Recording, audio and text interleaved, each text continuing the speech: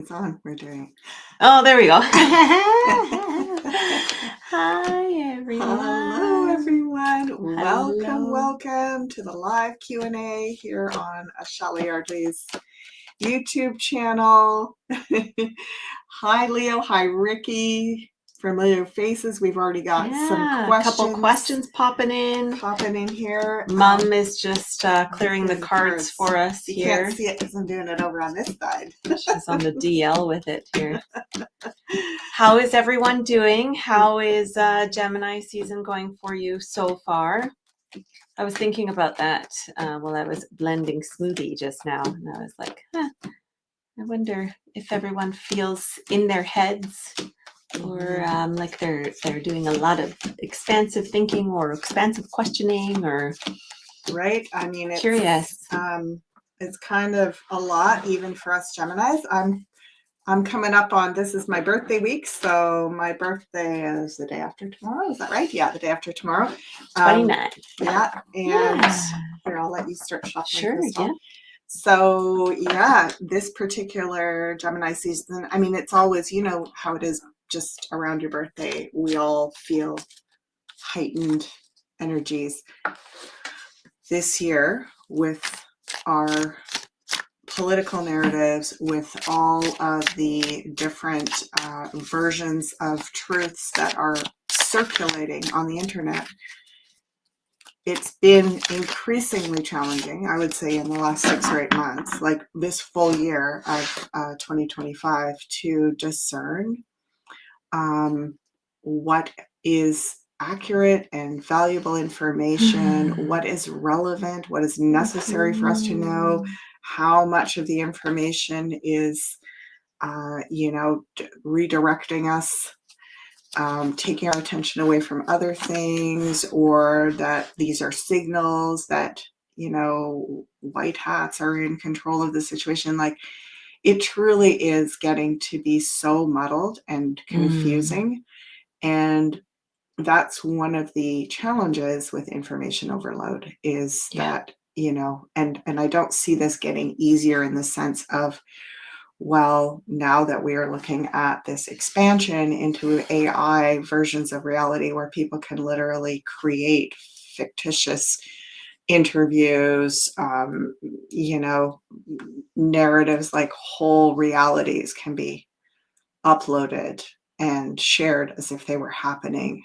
And we've, our community, we've been aware of that now for a few years, that that's happening at the higher up levels, but we're now starting to see that this is potentially going on all around us. So it almost feels like to me, this is an invitation to go deeper into our own spiritual, intuitive, navigation and discernment tools, and to not just rely on news that we're getting on the internet. So yeah, just maybe jump in and let us know how you feel about that. And that segues into a presentation that I'll be doing, a part 2, with my friend David, who is a phenomenal tech wizard, has been involved in, working with cybersecurity for decades now. And he's awake, he's on our side, and he has some really poignant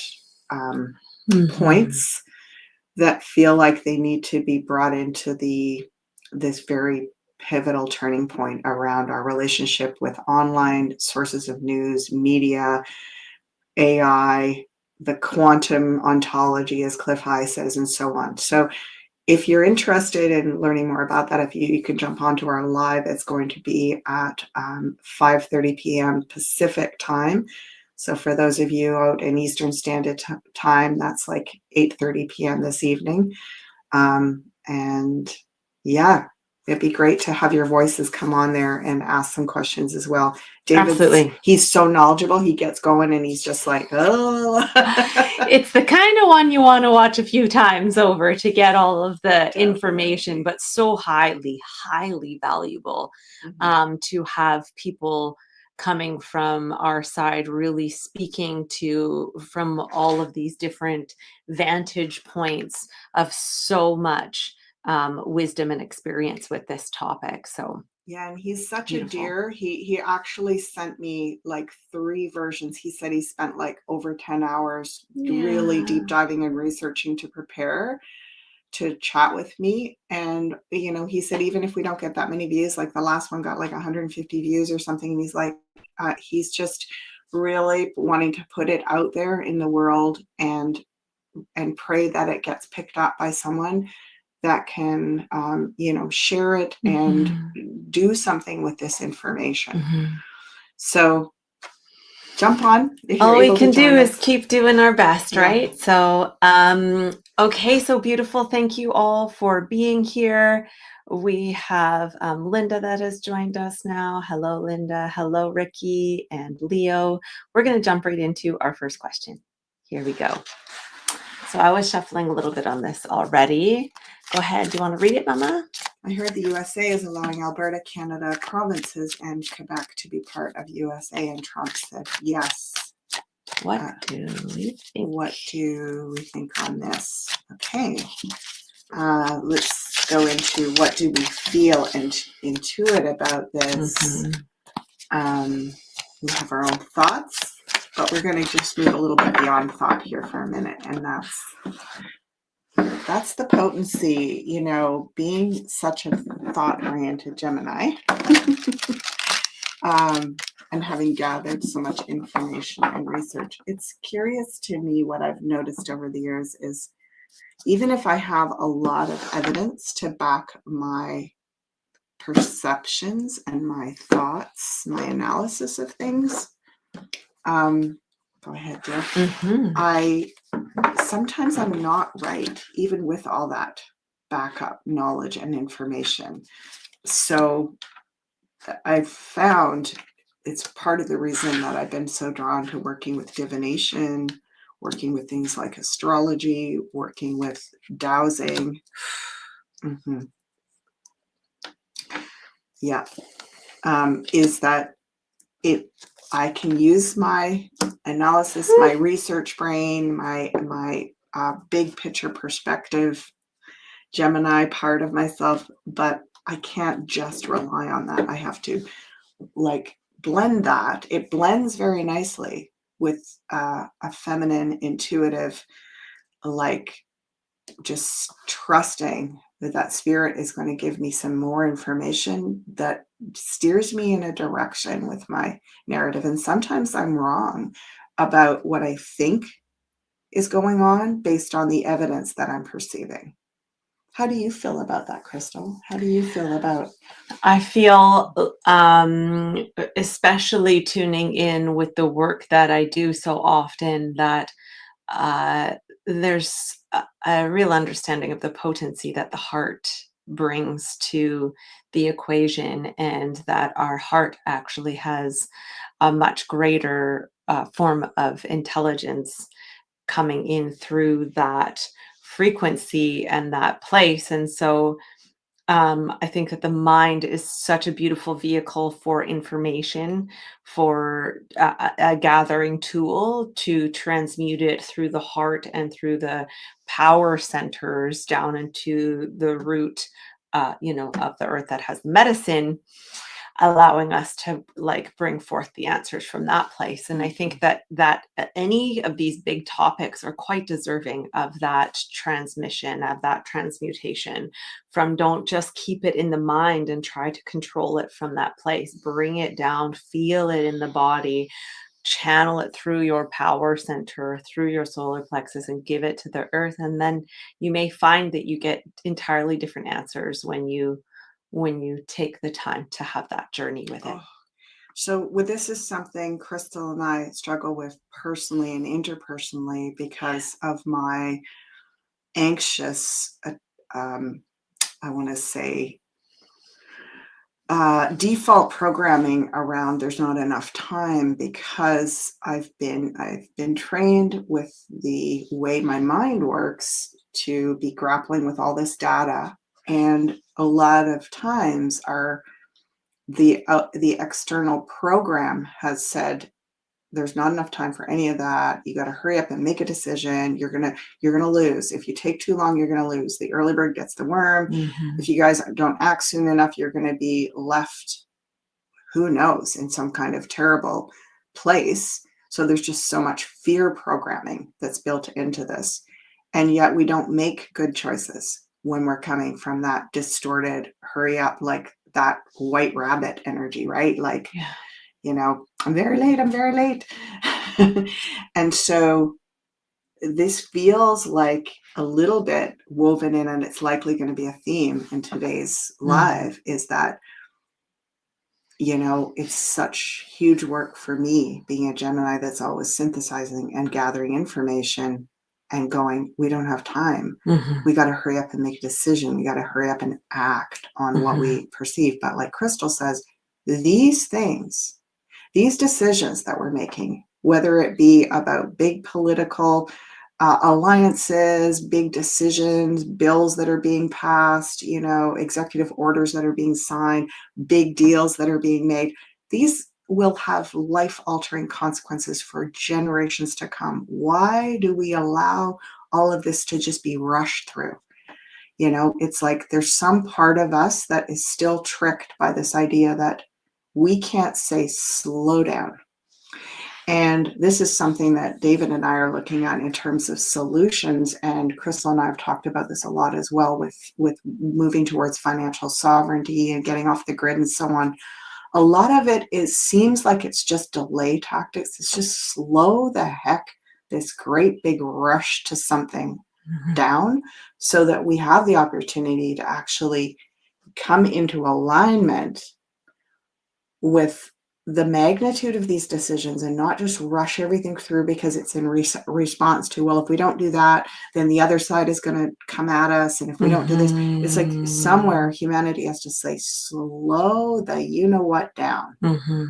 And this is our lives here. What happens when we rush these things through? We end up in these cataclysmic, distortions down the road because there wasn't enough consensus and shared, co-creation about solutions going forward. There's so many people with brilliant hearts and minds and capacities. And yet our governments are more or less being, steered by people that are in just such a hurry. So it's interesting though, hey, like we have a couple nights here, neither of them are particularly rushing nights. But there is the great decision that is being made to make this move right now, right? And there's a lot of like, building a new dream and a lot that's being like potentially promised, and the dream of like well, this sounds so good, and this could be better for the economy, and it's kind of like a narcissist love bombing or something like that. Like with this Knight of Cups, it's kind of like, coming in with like all of these proposals of greatness and the dreamy dream, right? And everything, financially is going to be better if this happens. And actually, it's like we've got the lovers here making the choice to make the move, the decisions, but it looks like in the long run, we're actually chaining ourselves to potentially, right? Potentially. And I think, on the one side, there's definitely going to be some this side and that side. On the one side, this brings, whether or not it comes to pass and whether or not this is a good thing, it certainly brings everything to the surface. It's like it, and this is so much what we've seen with this white hat movie moving forward is it's just stirring things up constantly, right? It's stirring up all the stuff, the old stuff. You'll notice the big plays, the power plays that are even being made here in Canada right now with the royal families visit, the king and queen are here, and all of a sudden they're making these declarations. It sounds like they're claiming Canada is is part of England still or something, which is exactly what we were talking about with the Mhm. whole kind of the illusion. Like it's just really bringing the two sides are being brought out in the open, right? It's interesting. We've got those lovers there, and we've got the devil here, which is, the same two, Yeah, that's what I was saying. right? Yeah. Oh, let's put this up into a bigger screen, actually. Sorry, y'all. There we go. There we go.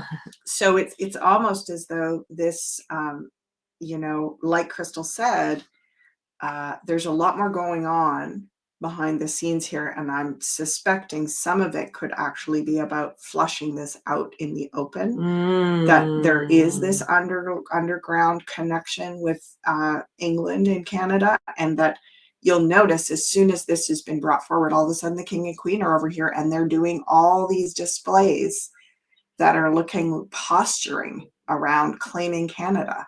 So let's just start with realizing that's probably a good thing, because it's going to get people talking and looking underneath the hood here. What the heck is going on here in Canada? Also, I suspect, it does feel like it is there's a dividing east and west. There's going to be a desire to hurry up and move on this. And again, what is that about? Why are we in a big rush to do this? Like, is this not something we would want to take at least a few years to talk about and decide? So like, absolutely bring it up and put it on the table, and let's talk about, like Crystal said, the benefits, the drawbacks, or whatever. But what I get is we haven't seen the end. I think there's more claims, especially to Western Canada. I was getting the province we live in, British Columbia, potentially is going to be a tug of war between not just the US and the UK. I think there's other powers that are going to want access to British Columbia because it's the western coastline that connects to Alaska, that connects to the Bering Strait in Russia. There's going to be more tug of war. Can you pull two more cards? Let's go on this side, the separating, and on this side, two for each. Not separating. Let's do three for each. Three. Let's lay them on top. So there's the separating. And the not separating. Sorry, one sec here. We'll move these. Well, I guess it's separating and or joining the US.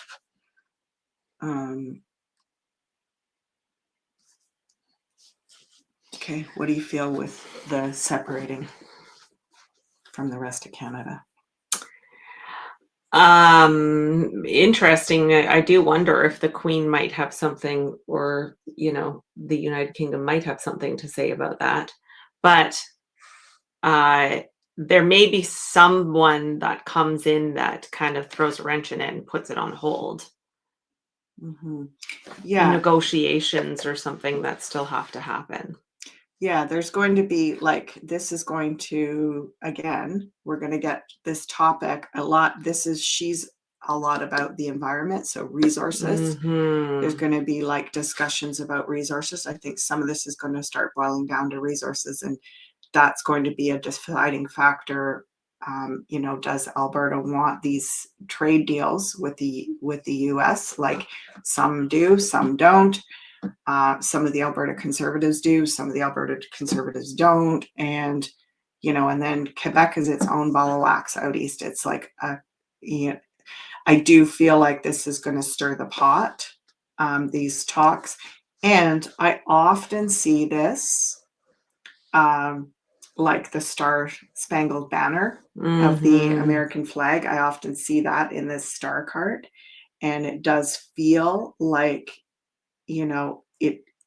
whatever's going to go on in the next 8 or 9 weeks or months, this is going to start to rise as a potential win-win.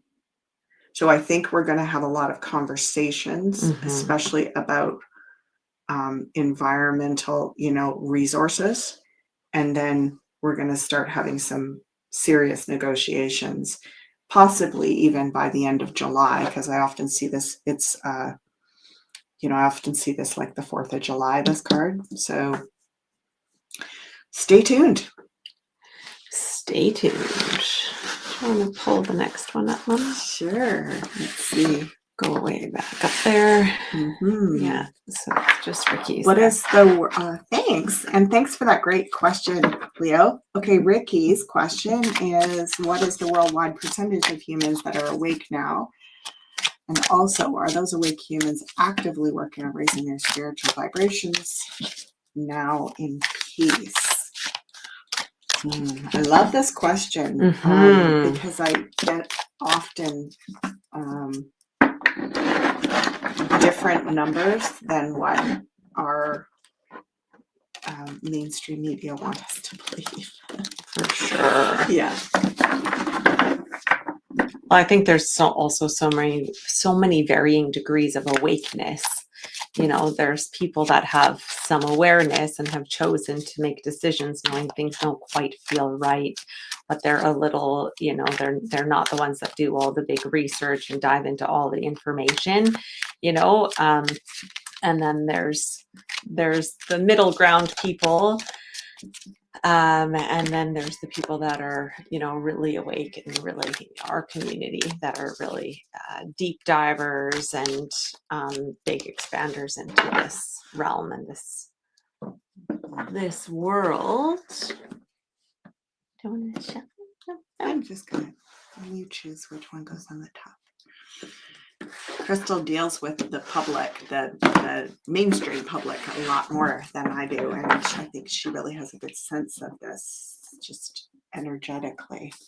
Yeah, because I feel like people, you know, there's a lot of people that just like not even close to being in their personal algorithm, and then there's also people that are like, yeah, I've kind of been wondering that, or you know, when I alert them to things or educate them on stuff, and then there's people that are just like boom, like right in, you know, and we have kind of like secret code language almost that we speak. So there's like, you know, you could say certain things or just drop certain things about stuff. And I usually start with like alternative truth realities or whatever. Like, this is the world we're in. And people are like, oh, yeah, you know, I love me some of those. And then we just get rolling into the conversations about it. So it's so sweet to find the people that are just like, oh my gosh, I'm so grateful that we can have these conversations. I wasn't expecting this. And beautiful. Okay, so what is the worldwide percentage of humans that are awake now?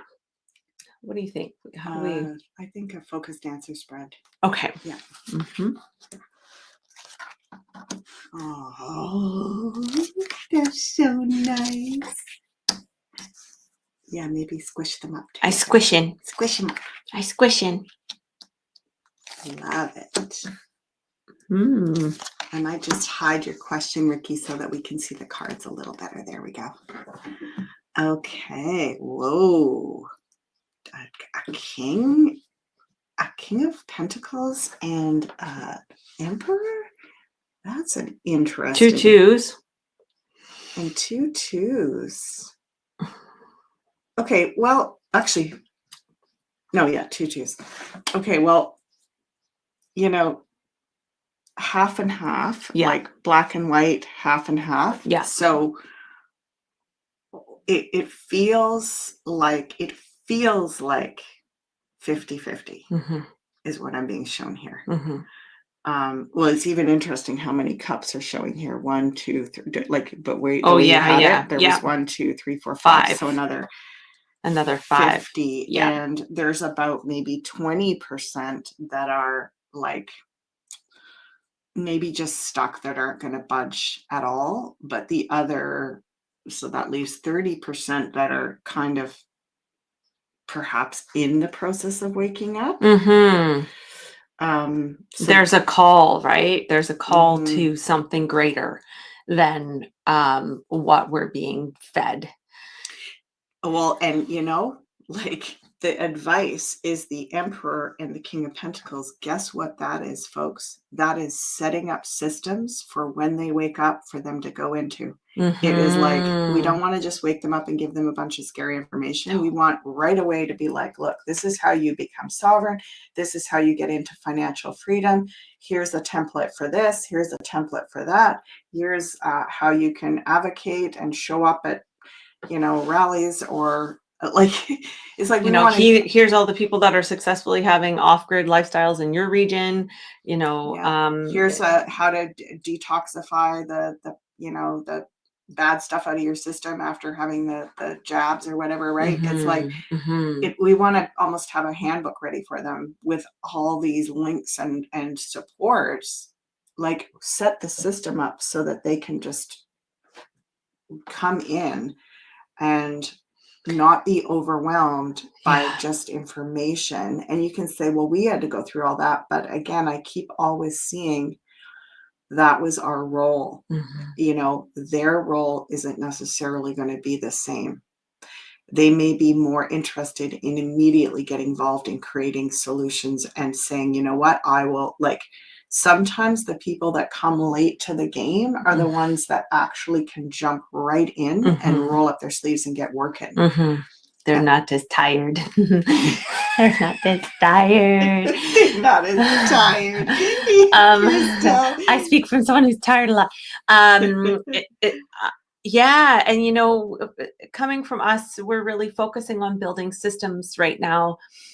So we understand the immensity of all of this coming into being, and yet I think that we're at least half of the way there, right? In terms of really having these systems set up, and I think now it's a lot of like gathering, connecting with each other, connecting these systems, connecting the dots, and expanding the horizons, are putting our feelers out and seeing where other people are also creating systems, so that maybe we don't have to do it all at once. Maybe we can connect people with those people who are doing this really well, kind of thing, which is our real much more ancestral way of being. Amazing. Right. Amazing. So, yeah. And wow, like we're all really going to work together. And I mean, I'm so passionate about this, like really making space for the other half that are not awake yet. So it's interesting because we would think, based on what a lot of you have expressed to me, that there's only 20%. We'd think it's the other way around, that there's 20% awake and 80% that aren't awake. It's very interesting. It's almost like I'm being shown in terms of, like, I don't know if they're actually showing us numbers or if they're showing us frequency effect. And it's like what they're saying is that it might as well be half, because we have the power of so many more. Like 20% of us equals 50% of the collective is what I'm hearing. So to not be as worried about the numbers, it's more about the amount of energy. And it does feel like we're at like a 50-50.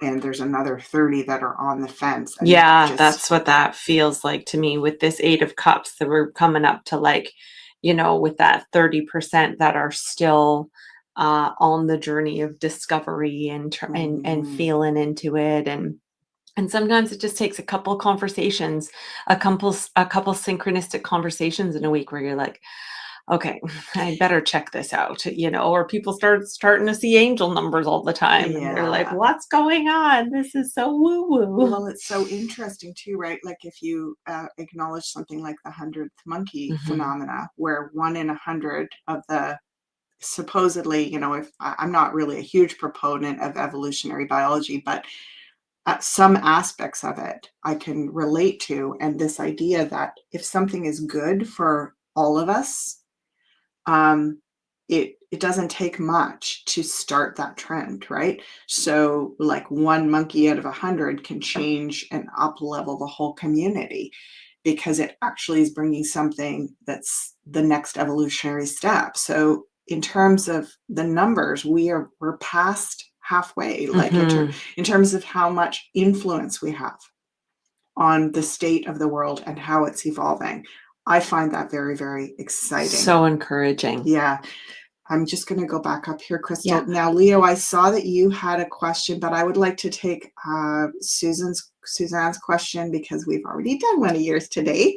So, and thank you everybody for your birthday wishes. Yes. I really appreciate that. That is so lovely. There we go, Mama. Okay, so there's Suzanne's question. Is the sun we see the real sun or an artificial one? If yes, what happened to the real one?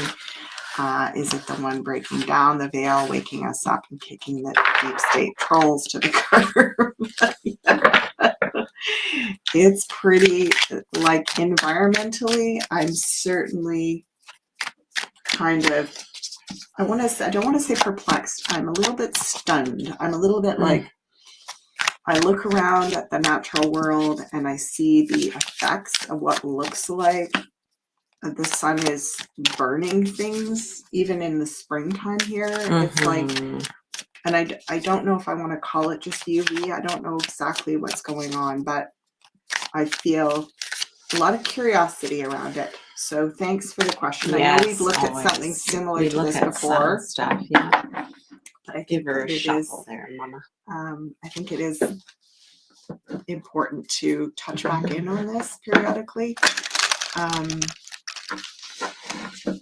Yeah, the one we see, is it a real one or an artificial one?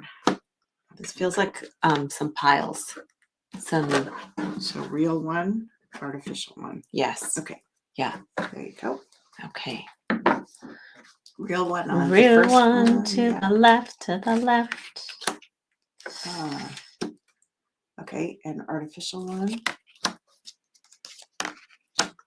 I don't think we have an artificial one. Okay, so hold everything, everybody. Okay. Because according to this, okay, we have got the Hierophant, the Five of Pentacles, and the Queen of Swords.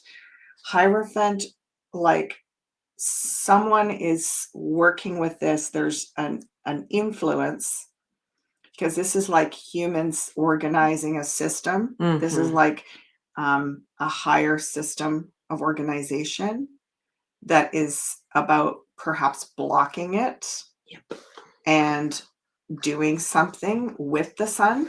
So, like, for example, let's just say with all of that, you know, the chem spray that's up in the atmosphere, the stratosphere, and so on, like it's creating sort of these not mirror, but like it's doing something with the quality of the light, which they think that they're trying to block it out. And for whatever reasons, if it is in an attempt to cool the earth, if that is even, anything that is being attempted, if it is to try to block us from receiving the beneficial effect of the natural sun.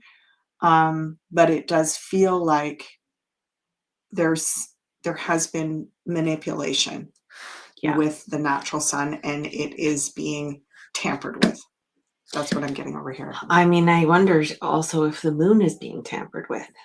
Well, when we ask about, is it artificial, I don't see that there's an artificial sun, but there's definitely funky stuff going on up there. Yeah.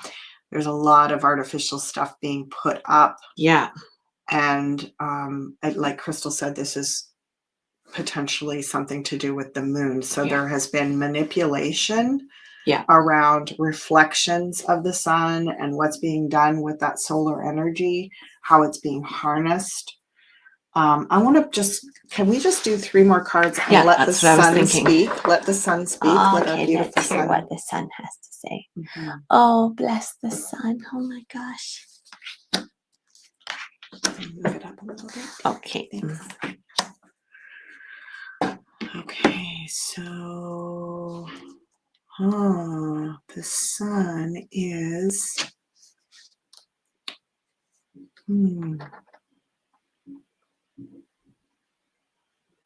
Interesting. We've got this is about waiting and observing, and like a new era, the beginning of a new era. Mm-hmm. And this is the magnetic energy. She's the magnet queen. So she's about like holding space and waiting for something to complete itself. Mm-hmm. So it's almost like the sun is waiting out our transition that we're going through. But seemingly kind of well resourced and unscathed by, you know, if really the effect is between us and the sun, it's not the sun itself that's being damaged. I feel like something about the poles shifting. I feel like there's something about Oh, right, because we talked about the magnetic queen. Yeah, and with the world here, I just see these two sides and the twos here, like something about what's happening with actually the polarity of the world, and how what's being done with the sun and the moon is affecting our natural poles of the planet. I mean, depending on whether you're flat earthers or not, right? But I do Toroidal poles, right? yeah, I do see that there's something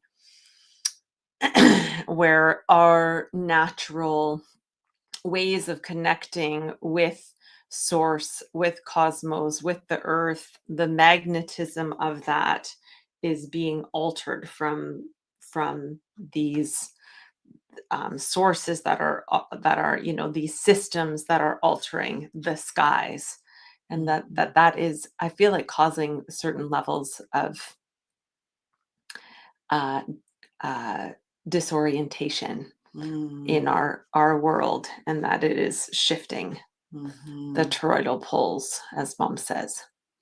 Yeah. Can we put down 3 more cards and just see where this is going? Like what we need to know about going forward? Thank you. Maybe move them up a little bit more too. I will, Mama. Just hold on a Okay. second. Yeah. Oh, that's interesting, right? There's another 2, Yes. and that's what you were just saying. There could be a very big within the next 2 to 3 months or 2 to 3 years. Yeah. A really big shift. That's interesting, isn't it? Yeah, I wonder if the shifts begin in the next 2 to 3 months and take over the next kind of 2 to 3 years to really come into full. Can we do 3 more? Whoa, she's just on a card pulling frenzy.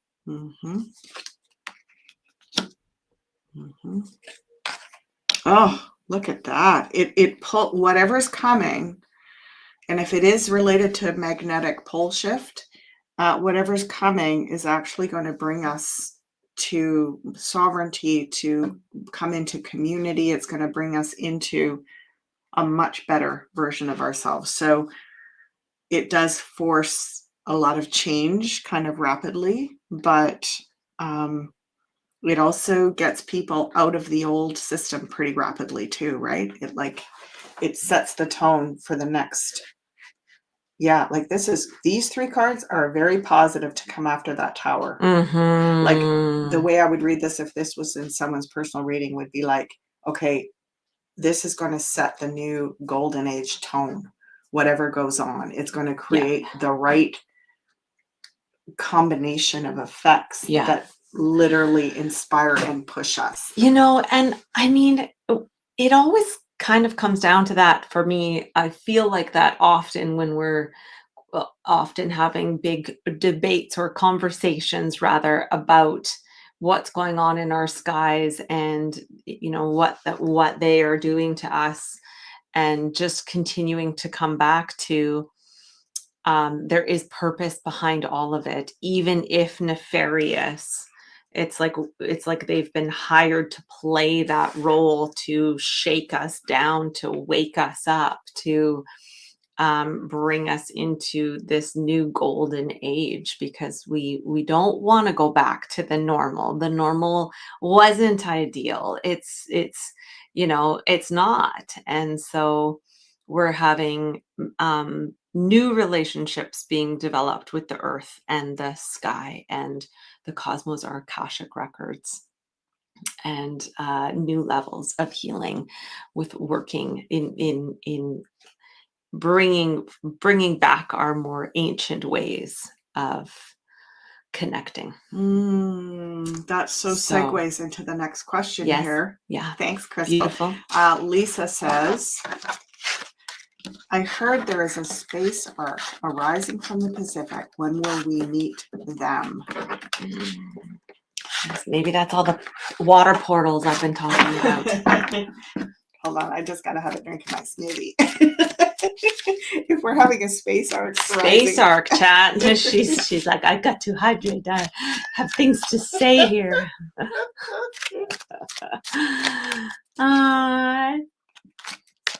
Happy early solar return, Ashala from Celestial Emma. Thank you, everyone. Yeah. Thank you. Aren't we blessed to have this, Ashala? Most of the time. Well, we feel like it's a most of the time thing about each other. So we're only human over here, people. Only human. And there's so much love. Okay, space arcs. I don't know why it's hitting our funny bone for some reason, Lisa. Sorry about that. Was it meant to be serious? It is serious. Okay. Sorry, serious. Lisa. It's she's cool. We're good. It's serious, and it's also, there's something interesting about the humor around it. Not that we're making fun of like the whole wowzerness of interdimensional alien. I'm not hearing the arc is rising, but it has moved and generating heat that may harm ocean life. Okay, so, all right. I'm going to do 3 piles. Crystal, you're going to pick which one. Okay. Oh, look at that. This one only has 1. What do we do with that? For some reason, there's like humor in this. There's something energetically humorous going on here. Oh, she put that one out. She put it aside. Made an executive space arc decision here. Ariel's kingdom on the rise, Revenge of the Moons. Okay, so I mean, in all seriousness, let's see what the cards say. Yeah. So again, a focused answer spread, which basically is, this is us. On the move. This is us. Okay. Now I'm going to speak about this. This is us. Do you see what's on the top there? It's stars. And this is actually a chariot. So if you wanted to call something a space ark or a, moving device of some kind, that's what, out of all the cards in the tarot, the chariot is it could be a space ark. It could be a something that moves through portals. The chariot is about a journey on a vessel of some kind. So this is getting good, you guys. Thank you, Lisa. Laughing too. Oh, good. Thanks. I don't. It's not that it's humorous, but it feels like it's bringing in something. Yep. Oh wow. Yeah, it's bringing in something light. But I wonder. Yep. Yeah, that does not look nefarious to me at all. So, this is, it's interesting. Like, I'm even hearing Back to the Future or something. I'm like, there's something very much about, as soon as you said it, I was like, oh, it's us. It's us. And this is how I perceive what we're calling aliens. I perceive aliens as interdimensional, different time versions of us. And I know that's a little bit of a far stretch for some of you, I just encourage you to just keep a neutral state around that and allow the possibility that we're a lot more integrated with these energies, technologies, entities, portals, and so on, that they're not alien. They are part of us. They're part of our history, both forward and back, right? It's like the whatever it is. And they are basically an interdimensional representation of aspects of us that have either been already or will be. And once we step out of this dimension, time doesn't work the way it does linear in this dimension.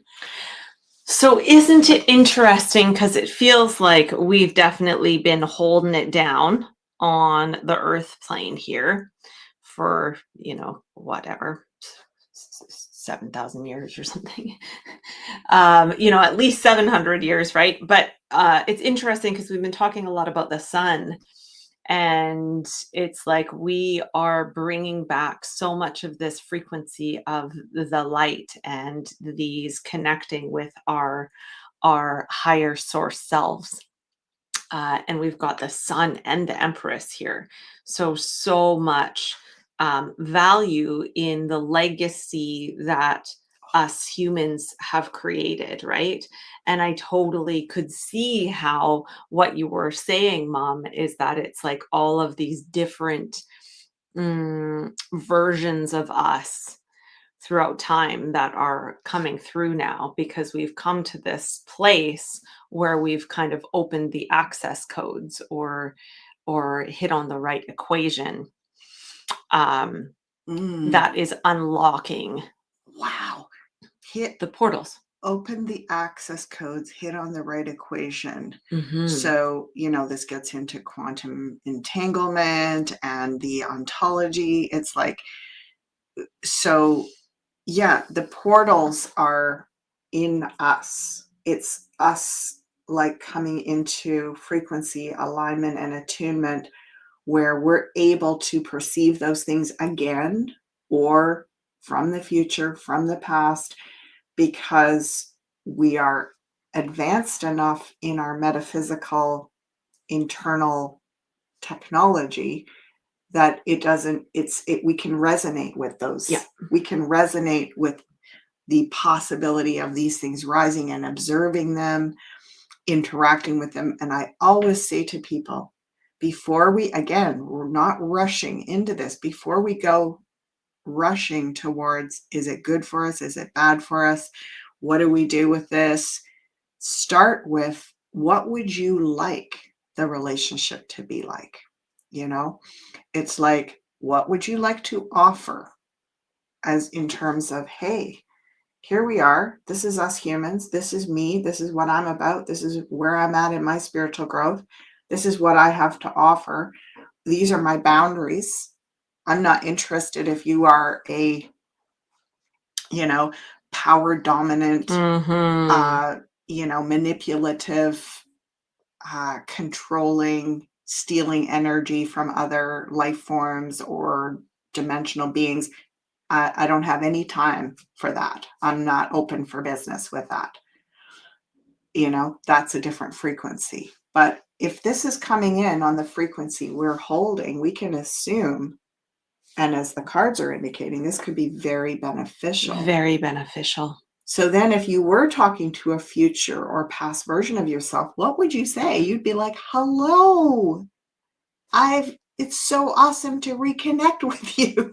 And let me tell you where I'm at right now. And you tell me what you are bringing to the table and we'll work together. Instead of it being like, oh my gosh, they know it all. They're perfect. They come from a higher dimension. We're just so messed up. Yeah. Yeah. It's like we've been holding it down though. We've been like keeping it together, man. In our own ways, each one of us, our unique experience. Okay. I'm just going to go into this related question here. In regards to the ark, is it moving because of the plates moving before in the ring of fire, and who's causing this, or is it natural? Okay, let's look at 3 over here, plates moving, 3 over here, another Who's causing it? purpose. 1, 2, 3 over there, plates moving. Yeah, and then 3 over here, another purpose. I think it's like I'm observing here. Observe. We have 3 here, plates moving. I actually think the plates moving deters it. And by the way, I was doing a reading this week, and I was speaking with someone in California who's awake on our side and everything, and they were basically saying that, you know, they're concerned obviously with what's happening with the tectonic plates and these rumblings, and I was getting that there's so many people that are holding a beautiful, loving, spiritual energy with the earth to release gradually built up potent energies that need to be released, and that we're getting, like, our energy is creating it not to be this big extreme stuff. We're actually helping the earth's nervous system calm down and release gradually and naturally. Like, we have that power. And so it's so cute that the sun is peeking out here. It's like, well, it's very interesting because we've got, you know, the Empress under here as well. So it's like the whole thing, is it natural on this side, right? I mean, it does look like it is. It's kind of like exactly what we're working with right now. Like, there is that level of that it is of nature as we are, and that there is high technology to it, or um like a certain power center, or a certain power center system that it functions from, right? And it seems like these two realities are kind of working together to create that balance that keeps us grounded in this world and of the other, and of the, you know, end of the cosmos, end of the under realms. And well, and it's interesting, you know, Suzanne is saying Atlantis or Venus rising, though. So what I'm getting with this is, like, we're looking at the last 2 epochs, which is Lemurian, which was much more feminine, and then Atlantean, which was much more masculine, and the epoch that we're in now, which is about coming into unity. Yeah. And where we go over this next sort of 8,000 or 9,000 years, right? Like, look at this. So these, you know, and it's so interesting. So many of the world's mythologies, this is how I got interested in a lot of this stuff. I was studying anthropology and history and mythology and classics and stuff like that 30 years ago. And I just was so fascinated about how all the mythologies told these similar stories. And so many of them talk about the beings that went under the earth or under the ocean, and that they would come back up. And I think it's really about and then I learned about the Vedic ages. And when we come back around, you know, we hear the stories about how these things were very visible, like 20, 30,000 years ago. You could see these things. You could see these interdimensional beings appearing and disappearing. And then, you know, and going into the earth, whatever that is, right? Disappearing into portals underground or in the ocean. And then, you know, we lost the ability to observe that. We became so dense that we lost the ability to see that. And as we awaken and move out of the Kali Yuga, the darkest age, and into the Sutta Yuga, I think it is the next one, we're gradually going to be awakened to this ability. And you know, some of us will be awakened a little sooner. Some of us are keeners first to the gate, right? And we'll know about it. We'll have experiences of it. And it's not like all the way through the dark age, nobody saw these things. They did, but it was very rare. these were very rare opportunities and instances where people could see certain things. And of course, there was so much fear programming and control programming that people saw things and they were distorted into evil demonic things. So we want to look at this now from like I said, I'm not interested in forming any relationship with any dark energies that are power dominant and manipulative here or interdimensionally. Thank you very much. Thank you very much. So, I mean, beautifully said, Lisa. Let's ask and visualize the earth releasing tension with ease and grace. Call in the angels for assistance, and design, intend these new systems that are in resonance and co-creation with these higher beings that are coming to attune with us now that we have attuned with these places in ourselves and with the frequencies that we've been working with on the earth. So I feel like this was the card that was off to the side there. And there's new systems, new technologies, and new ways of stepping forward into this new earth and new age that are coming through. And this was the one that popped out around the space ark. So what do you say to that, Mum? Well, I say that it's segueing into Susan's last question I here. want to look at that too. I just saw that. I'm a huge bee lover. So let's finish this up by saying, yeah, this is a lot about the ancient teachings, the stories, just like Crystal was just saying.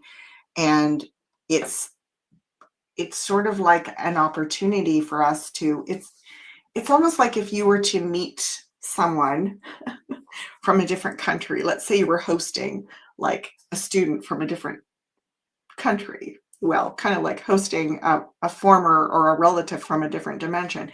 You'd probably want to like do a little bit of research and learn a little bit about where they're from and what their story is and what their history is, so that you're not just like, who are you? And I don't know, we don't speak the same language and I don't understand you. So it feels like we have the opportunity. This is encouraging us to get curious, to explore a bit more, to look at, what I notice with so many of these things is you can say, yeah, well, I don't know what's true. I've heard this, I've heard that. Are they from Arcturians or Palladians or this or that or whatever? And it's like, start with looking at the general overviews of things with different stories, mythologies, things that have been around for a really long time, and then weave the narratives into those and see what makes sense, see where it fits. You'll be like, no, that just doesn't quite fit. You'll start to see these pictures emerging. And it's fascinating, right? It's fascinating. And it feels like we want to know more about the past, basically, which is... Feels like we want to get into our bee minds more. Let's get into our bee minds more. Okay, let's get into our bee minds. Yeah, So let's talk to the bees for a few here. Does the words queen bee resonate with you guys in this new rising? Queen bee is related to Venus, and the Masons have been using it in their symbols. Yeah. Okay, well, I've shuffled on some queen bee stuff. Yeah, just like so many other things, they've been utilized by the light and the dark. And again, it's a frequency and a consciousness. So I want to know what they have to say.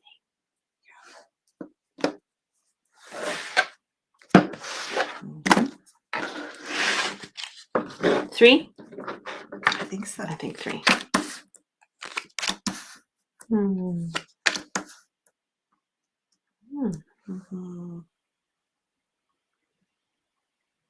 Thank you for looking into this, Susan says. Thank you for being here. Such great questions always, my dear. Okay. Okay, so you go first, Crystal. Well, I mean,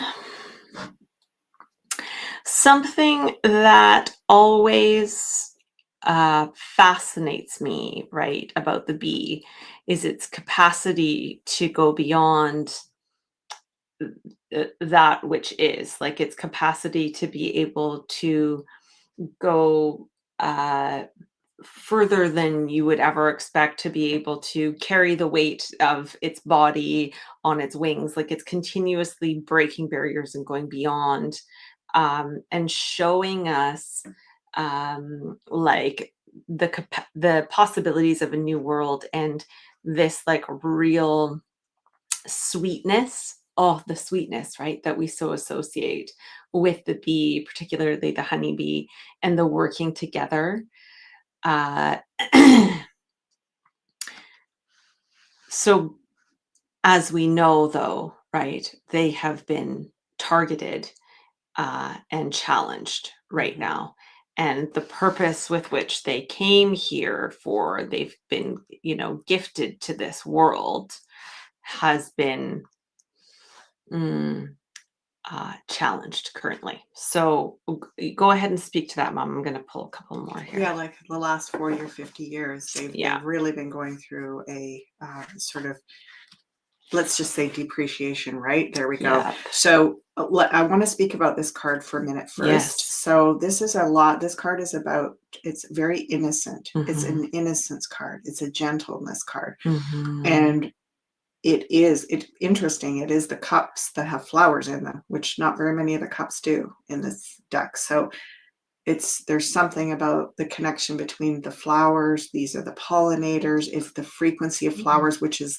one of the highest frequencies on the planet, right? The scent of flowers. Yes. And then the medicine of bees, in that, all of these products that they produce are just beyond. They're like next level, right? And so, like Crystal said, it's like an interdimensional high frequency. And it resonates with the number 6, which is interesting because the actual this shape of the beehive cone is the hexagon, which is the number 6. So we've got the 6 of cups in the middle, the innocence, the sweetness, then and the inner child energy, and then the flower frequency, and community, like everyone like working together, sharing, and reciprocity. Bees are very like communal, and there's so much.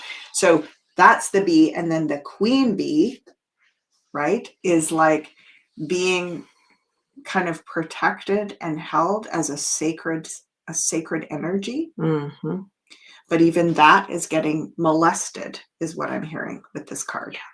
So we heard a story recently about, well, I've heard a few stories, I mean, lots over the years, but stories about beehives in Australia, I think it is, being destroyed because the bees apparently have some virus or whatever. And then we heard a story about a hive that had a kind of like a vicious queen, and all the bees, because her energy was like vicious. These were supposed to be, bees that wouldn't normally act like hornets or something. And they were basically going out and attacking people. And they were like, oh, it's because the queen has got this viciousness, right? Yeah, they've been utilized by the dark force energy. This has been really, and if you think about Venetian, it's Venus, which is the feminine. And here we have the masculine trying to dominate and manipulate that energy. Yeah, I mean, check out that question, right? Could their targeting be symbolic, though, for the matrix grid of honeycombs they kept us in, and now we have to learn to pollinate our own lives? So interesting, right? So, like, I do feel like this is an innocent frequency that has been purposefully targeted and like manipulated. And it's, I mean, everybody says it. If we lose the bees, we're gone. We're gonzo, because nothing will grow. This is a huge topic. This is a huge topic and so important. And so let's pray for the bees together and tune in with them. Ask what we can do on the daily to honor and support them, and do the research and dive into it. I'm so glad that it came up, and I think it's something for us to all be passionate about, just as passionate as what we're doing with the new earth and going forward here. So blessings. Yeah, yay. Yes, Everybody's bee jumping blessings. in. Yeah. Everyone's jumping in. Thank you, Angela. Yeah, like a bee genocide. And oh, wow. Yeah. Bee blessings. Hello, Tara by Lupo. Welcome, welcome. Yeah.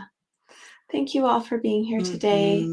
And so much love to you all, and love to the bees, love to the ark and the versions of ourselves that are coming forth and giving us a hand, and we're all here together. And come on later on today at 5:30 p.m. Pacific. So that's 8:30 p.m. Eastern. There. We'll see you there. Yes. See y'all there. Join me in the chats, everyone. Have Blessings on your week. Beautiful week.